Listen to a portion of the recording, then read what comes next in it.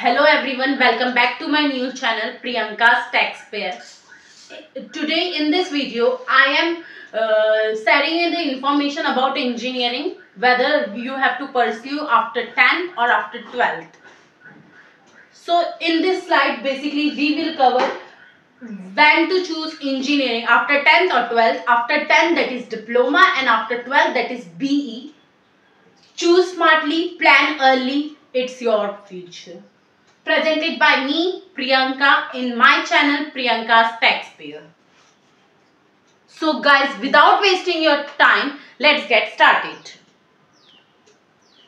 Why to choose engineering?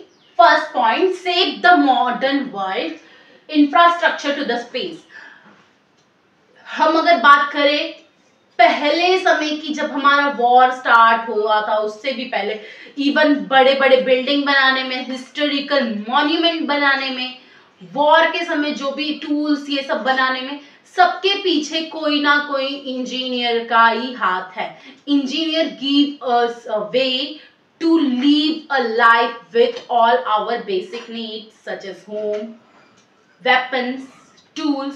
Even जो आपकी pen भी बन रही है ना, वो भी एक इंजीनियर ही बना रहा है. Second, diverse role such as design, development, testing and maintenance.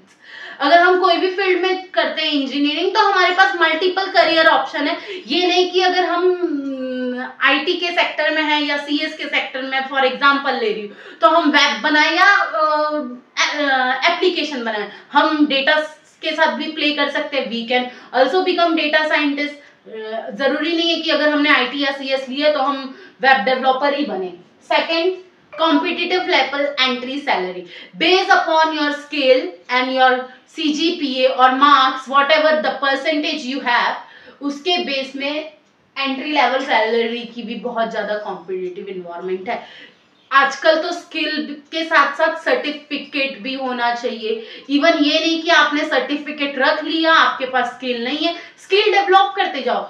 Basically अगर आपको कोडिंग के आईटी में हो तो कोडिंग का स्किल डेवलप करो by learning new technologies, new tool, up to date रहते जाओ मार्केट के साथ.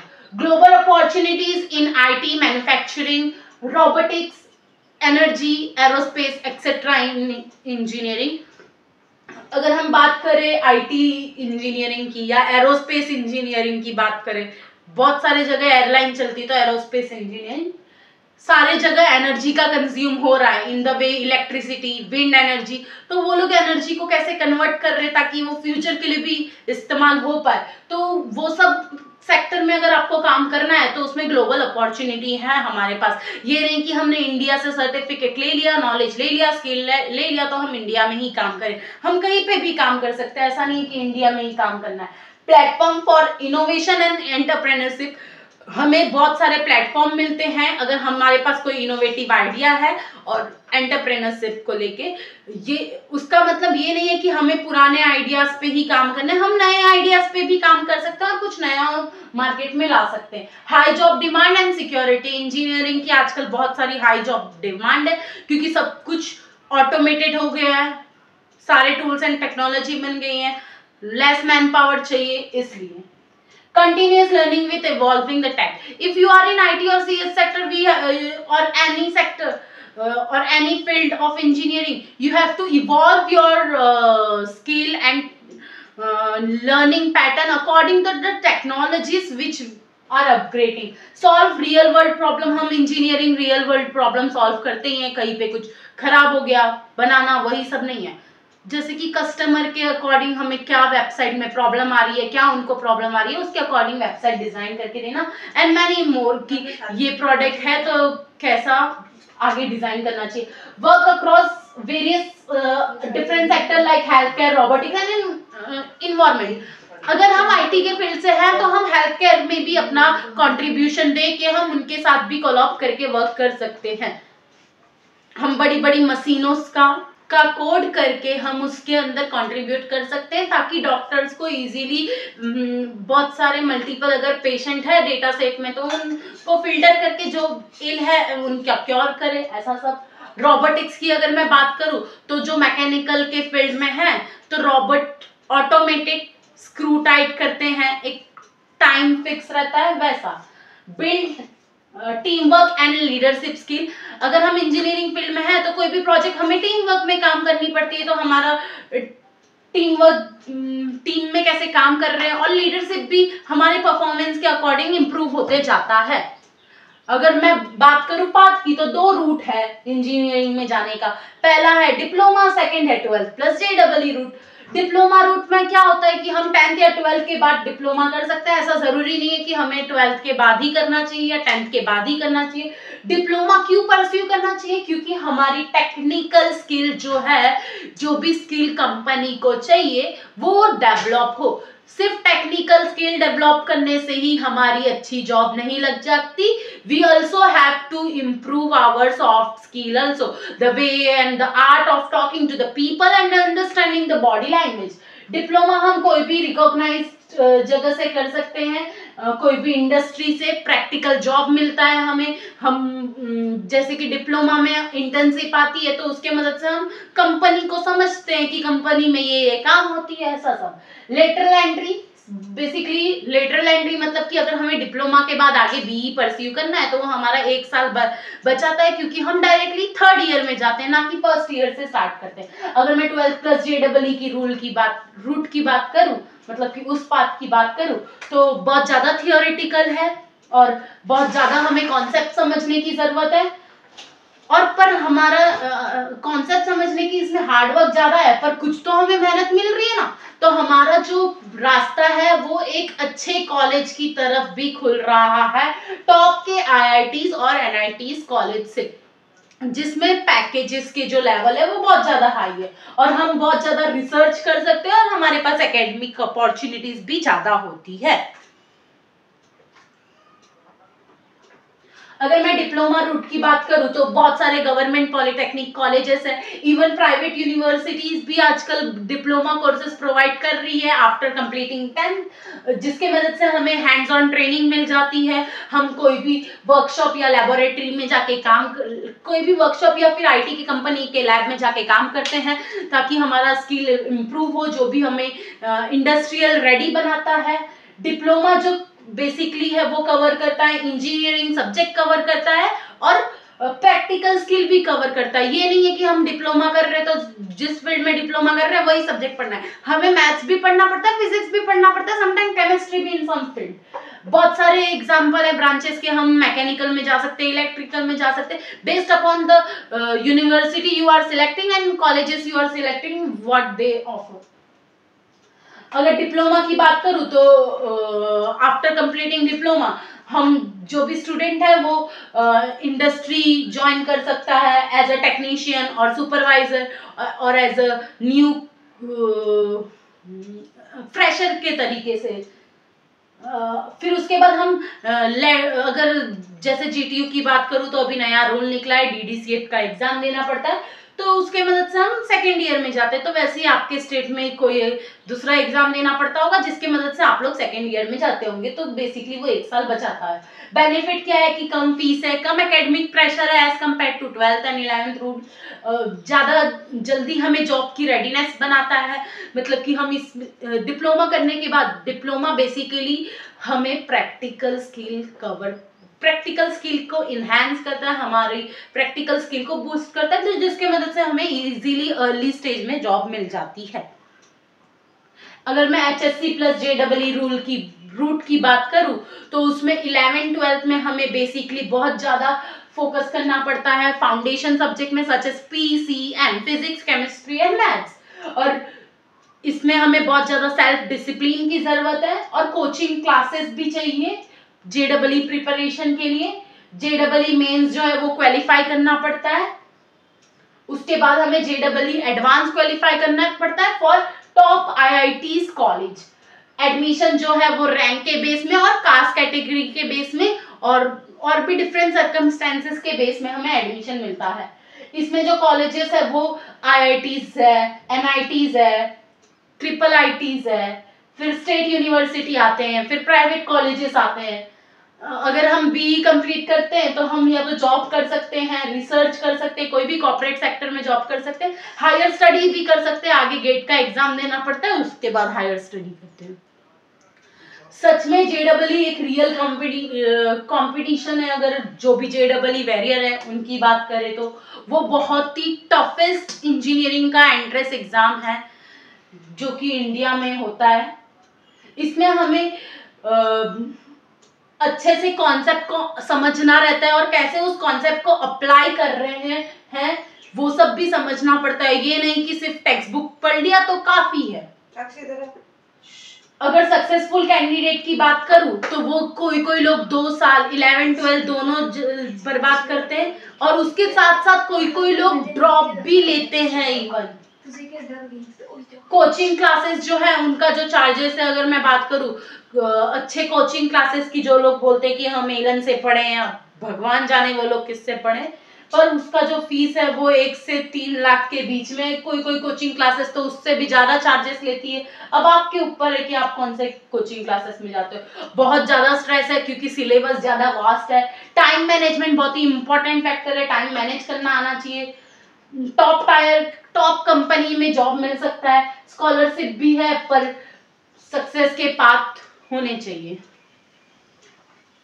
अगर मैं कंपैरिजन की बात करूं दोनों रूट की, तो पहला कॉस्ट की अगर बात करूं तो डिप्लोमा कम कॉस्टली है as compare to JEE plus HSC plus JEE route की बात करूं तो उसके अकॉर्डिंग कम कॉस्टली है, क्योंकि गवर्नमेंट पॉलिटेक्निक कॉलेजेस में हम जा सकते हैं। आपके स्टेट में जो भी GP है गवर्नमेंट पॉलिटेक्निक उसमें। और HSC प्लस JEE बहुत ज़्यादा कॉस्टली है। 12th का एग्जाम देना पड़ेगा, स्टेट लेवल एंट्रेंस एग्जाम देना पड़ेगा, फिर JEE देना पड़ता है। JEE में बहुत सारे बच्चे बैठते हैं, 10 लाख से भी ज़्यादा होते हैं आजकल तो। इंडिया में इतने करोड़ की आबादी है तो समझ लो। और उसमें से आपको पहले 1000 के उसमें आना है ताकि आप बड़े अच्छे कॉलेज में जा पाओ, टॉप के NITs IITs में। ड्यूरेशन की बात करूँ तो डिप्लोमा 3 साल का होता है। उसके बाद हमें जो भी तुम्हारी स्टेट की यूनिवर्सिटी है वो जो बोलती है उसके अकॉर्डिंग BE करना रहता है, एग्जाम दो या फिर डिप्लोमा के बेस पे। अगर मैं इसकी बात करूँ तो 2 साल का तो होता ही है, कोई 1 साल का ड्रॉप लेता है और 4 साल का इंजीनियरिंग, तो कितना हुआ 4 + 1 + 2 तो 7 साल तो इसमें चले गए। अगर एंट्रेंस एग्जाम की बात करूँ तो स्टेट लेवल का एंट्रेंस एग्जाम देना पड़ता है, तो स्टेट लेवल तो इतना टफ होता नहीं है, और इसमें नेशनल लेवल का एंट्रेंस एग्जाम देना पड़ता है, तो ये ज्यादा टफेस्ट होता है। स्टडी प्रेशर की बात करूँ तो इसमें मॉडरेट है, ऐसा नहीं कह सकते कि इसमें बहुत ही कम है, मॉडरेट है, मीडियम लेवल पे, क्योंकि मैथ्स भी क्लियर करना है, ये सब भी करना है, और प्रैक्टिकल नॉलेज पड़ती है और स्किल बेस्ड लर्निंग है। इसमें ज्यादा हाई स्टडी प्रेशर है, क्योंकि हमें सारे कॉन्सेप्ट क्लियर होने चाहिए और उस कॉन्सेप्ट को कैसे अप्लाई करना है वो सब होना चाहिए, और बहुत ही ज्यादा थियरी और कंपटीशन भी हाई है, तो ज्यादा स्टडी प्रेशर है। 10 लाख से भी ज्यादा बच्चे एग्जाम दे रहे हैं आजकल। तो करियर ऑप्शन की बात करूँ तो अगर आफ्टर डिप्लोमा की बात करूँ तो हम टेक्नीशियन बन सकते हैं, सुपरवाइजर बन सकते हैं, फिर उसके बाद इंजीनियरिंग कर सकते हैं अगर फर्दर स्टडी करना है तो। इसमें हम इंजीनियरिंग बन सकते हैं, लेक्चरर बन सकते हैं, लेक्चरर तो दोनों में बन सकते हैं, ऐसा कुछ नहीं है। फिर रिसर्च कर सकते हैं, गवर्नमेंट ऑफिसर की जॉब मिल सकती है, कॉर्पोरेट रोल मिल सकता है। फर्दर स्टडी की बात करूँ तो MBA कर सकते हो, गवर्नमेंट एग्जाम दे सकते हो, ME MTech कर सकते हो, सर्टिफिकेशन कोर्स भी कर सकते हो। इसमें ME MTech MS भी कर सकते हो, MBA भी कर सकते हो, UPSC क्लियर कर लो, कुछ अलग बन जाओ, गेट का एग्जाम दे दो, पब्लिक सर्विस कमीशन PSU का एग्जाम दे दो, PhD का एग्जाम दे दो, एक्सेट्रा एक्सेट्रा। जॉब पर्सपेक्टिव की अगर बात करूँ, साक्षी सुन, फर्दर स्टडी वाला वापस से कर लो क्योंकि वो इसमें गड़बड़ हो गया था। हाँ, बोल दे। अगर फर्दर स्टडी की बात करूँ तो हम इसमें ME MTech कर सकते हैं, गेट का एग्जाम क्लियर करने के बाद MBA कर सकते हैं, फिर गवर्नमेंट एग्जाम दे सकते हैं, सर्टिफिकेट कोर्स कर सकते हैं। अगर SSC प्लस JEE रूट की बात करूँ, HSC प्लस JEE रूट की बात करूँ तो हम इसमें ME MTech कर सकते हैं, MS भी कर सकते हैं, मास्टर इन साइंस, MBA कर सकते हैं, UPSC का एग्जाम दे सकते हैं, गेट का एग्जाम दे सकते हैं, PSU का एग्जाम दे सकते हैं, PhD कर सकते हैं, और भी बहुत सारे ऑप्शन है, आप खुद भी रिसर्च कर सकते हो। जॉब पर्सपेक्टिव की बात करूँ तो इसमें BE के बाद हमें कोर इंडस्ट्री में काम करने का मौका मिल सकता है, पब्लिक सेक्टर में भी इवन वर्क करने का मौका मिल सकता है। लो लेवल तो नहीं कह सकते, पर मिड लेवल MNC में काम करने का मिल सकता है, फिर बेस्ड अपॉन योर एक्सपीरियंस तुम हाई टॉप लेवल में जाओ। फिर इसमें आफ्टर भी हमारा ज्यादा चांसेस है कि टॉप के एमएनसी में काम मिले, रिसर्च एंड डेवलपमेंट सेक्टर में काम मिले, ग्लोबल फर्म में काम मिले। फिर बेनिफिट बताती हूँ डिप्लोमा रूट की। बेनिफिट ये है कि अफोर्डेबल है, बहुत ज्यादा कम खर्चा करना पड़ता है, क्योंकि बहुत सारे लोग गवर्नमेंट से ही करते हैं, बहुत कम ऐसे लोग हैं जिनके पास ज्यादा पैसा है वो प्राइवेट से करते हैं। और हमें बहुत जल्दी एक्सपोजर मिल जाता है इंडस्ट्री के टूल से, तो हमारी जो इंडस्ट्री में काम करने की वो है और समझने की इंडस्ट्री को वो चाहिए रहता है माइंडसेट, तो वो जल्दी हमें मिल जाता है। लेटरल एंट्री हो सकता है ताकि फास्टर डिग्री कंप्लीट हो पाए, क्योंकि डायरेक्ट हम सेकेंड ईयर में चले जाते हैं। गुड ऑप्शन है उनके लिए जो कि प्रैक्टिकल स्किल सीखना चाहते हैं, क्योंकि आजकल इंडस्ट्री को बहुत ही ज्यादा प्रैक्टिकल स्किल चाहिए, ना कि तुम बेसिक नॉलेज वाले हो, वैसा प्रैक्टिकल स्किल ज्यादा चाहिए। तो तुम्हारा उस 6 ईयर के टेन्योर में ज्यादा प्रैक्टिकल स्किल डेवलप हुआ हुआ अकॉर्डिंग टू द 4 ईयर में। फिर अगर तुम्हारी फाइनेंशियल सपोर्ट अच्छी नहीं है, फाइनेंशियल कंडीशन अच्छी नहीं है, तो वो स्टूडेंट के लिए ज्यादा सुटेबल है। और बहुत सारे ऐसा नहीं है कि डिप्लोमा वाले जो है यूपीएससी क्रैक नहीं कर सकते, गेट नहीं क्रैक कर सकते। If they have a strongest will power they can even crack the GATE examination and public service PSU examination and etcetera, UPSC exam भी क्रैक कर सकते हैं। अगर जेडबलई रूट की बात करूं तो हमें अच्छे इंस्टीट्यूट में पढ़ने का मौका मिल सकता है और एडवांस लैब एंड रिसर्च में काम करने का मौका मिल सकता है, उसका एक्सपोजर मिल सकता है। बहुत ही ज्यादा हायर चांस होती है कि हम अच्छे कैंपस ही प्लेसमेंट हो जाता है, इसमें बहुत ज्यादा अच्छी चांस रहती है क्योंकि हम टॉप के आईआईटीज कॉलेज में पढ़ते हैं इसलिए। और कोर इंजीनियरिंग के उसमें मिल सकता है, रिसर्च करने का मौका मिल सकता है, गवर्नमेंट स्कॉलरशिप मिल सकती है। गवर्नमेंट स्कॉलरशिप दोनों में मिलती है, ऐसा कुछ नहीं है, depending on your cast and all. Opportunity हमें मिल सकती है कि हम दूसरे जगह दोनों में दूसरे जगह पढ़ने जा सकते हैं, ऐसा कुछ नहीं है। स्ट्रॉन्ग हमारा एल्यूमिनी नेटवर्क होगा क्योंकि हम टॉप के आईआईटीज में पढ़ के आए हैं इसलिए, और हमारी ब्रांड जो है वो ज्यादा होगी।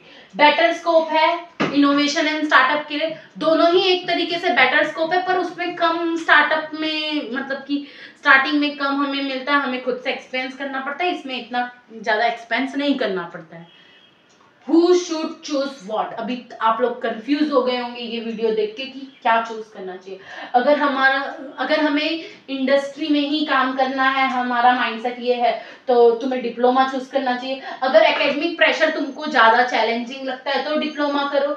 अगर तुम्हें वर्क फोर्स में अर्ली आना है, मतलब कि काम जल्दी सीखना है, तो डिप्लोमा चूज करो। अगर हम इतना ज़्यादा अफोर्ड नहीं कर पाते हैं टॉप कोचिंग इंस्टीट्यूट में, क्योंकि आजकल फीस बहुत ज़्यादा है, इतना फीस से कुछ होने नहीं वाला, हम नहीं अफोर्ड कर सकते, तो इसलिए डिप्लोमा करो। डिप्लोमा 10th के बाद भी कर सकते हो, 12th की भी बात कर सकते हो, डिपेंड ऑन यू, अगर तुम्हें प्रैक्टिकल स्किल इंप्रूव करना है तो। अगर जेडबलई रूट की बात करूँ तो हमें फिजिक्स केमिस्ट्री मैथ्स में बहुत ज़्यादा अच्छा बनना पड़ेगा और हमारे पास इतना कैपेसिटी होना चाहिए कि हम वो प्रेशर को झेल पाए, क्योंकि बहुत ज़्यादा कॉम्पिटिटिव इन्वायरमेंट रहती है, तो कोई प्रेशर नहीं झेल पाता है। इसलिए अगर हमारा एम ये है कि हम टॉप के आईआईटी से पढ़े, एनआईटी से पढ़े या फॉरेन यूनिवर्सिटी से पढ़े, तो ऑफकोर्स जेडबलई रूट आपके लिए अच्छा है। अगर आपकी फैमिली सपोर्ट कर रही है आपको स्टडी में, कोचिंग में और टाइम कमिटमेंट दे रही है, तो जेडबलई रूट करो। करियर अपॉर्चुनिटीज की बात करूँ तो डिप्लोमा प्लस बीई की अगर बात करूँ तो तुम गवर्नमेंट सेक्टर में जॉब कर सकते हो, रेलवे में, पब्लिक वर्क में, प्राइवेट सेक्टर में टेक्नीशियन बन सकते हो, सुपरवाइजर का रोल मिल सकता है।